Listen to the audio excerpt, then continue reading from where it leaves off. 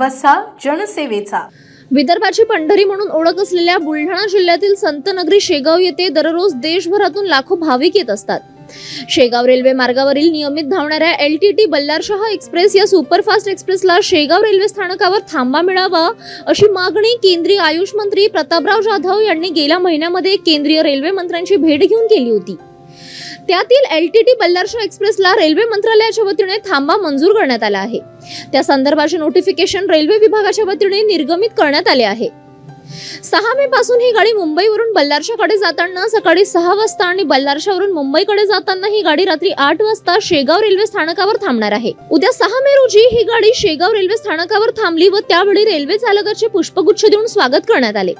यावेळी शिवसेना पदाधिकारी व रेल्वे सेवा समितीचे सदस्य उपस्थित होते। या सुपरफास्ट गाडीमुळे शेगावला दर्शनाला येणाऱ्या भाविकांना आणि जिल्ह्यातील नागरिकांनाही या रेल्वे सेवेचा फायदा होणार आहे। City news.